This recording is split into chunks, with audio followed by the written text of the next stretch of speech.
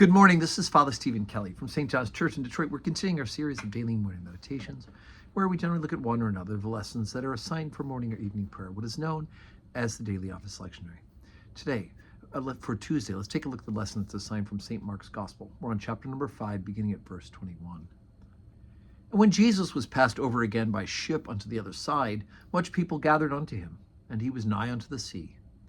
And behold, there cometh one of the rulers of the synagogue, Jairus by name, and when he saw him, he fell at his feet, and besought him greatly, saying, My little daughter lieth at the point of death. I pray thee, come, and lay thy hands on her, that she may be healed, and she shall live. And Jesus went with him, and much people followed him and thronged him.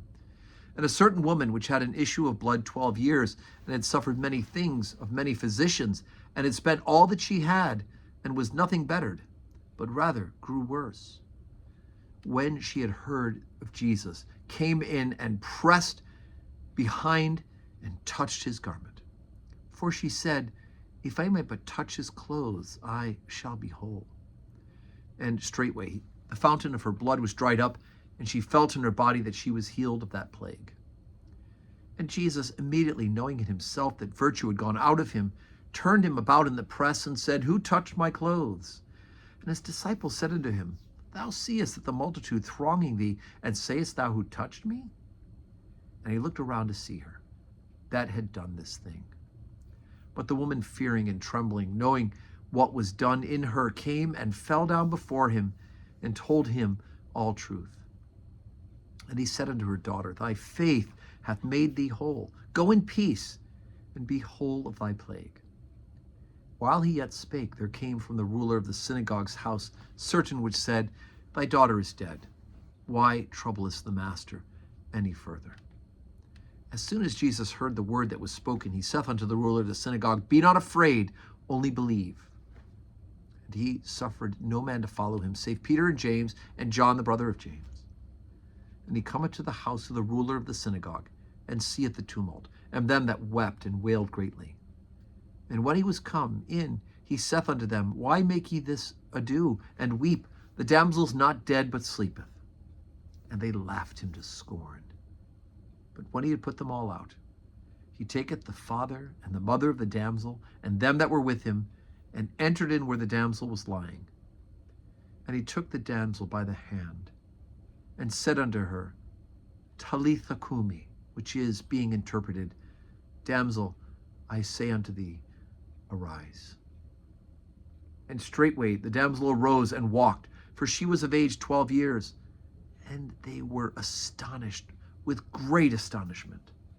And he charged them straitly that no man should know it, and commanded that something should be given her to eat. Okay, so you've got two stories intermingled with each other. First of all, again, we hear this ridiculous statement, right? It sounds ridiculous to us when Jesus says, Tell nobody what's happened. But he's just raised a person from the dead. Everybody outside knows that she's dead. Jesus says she's just sleeping, right? But he comes in and in a moment heals her.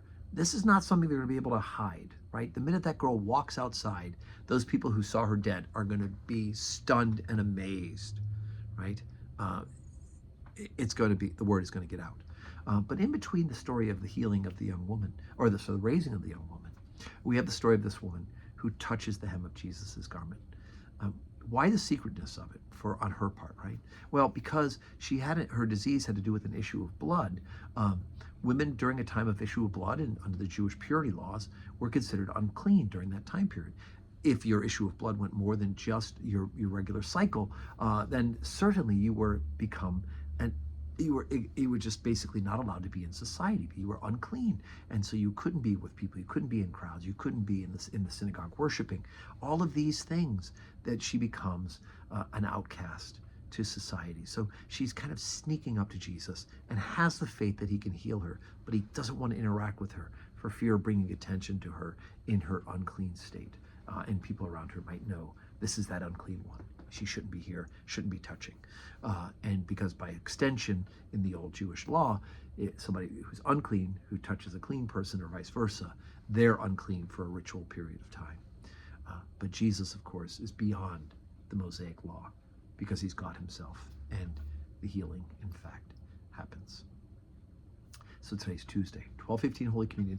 We're going to do evening prayer a little bit early. I have an appointment I need to get to later in the evening, so we're going to do evening prayer at 3:45. So 3:45 instead of 4 o'clock. I hope you can join us in person. If not, join us on the live stream. Pray with us. And either way, even if you're not praying with us, pray, pray, pray. And may God grant you a Tuesday that is full of blessings.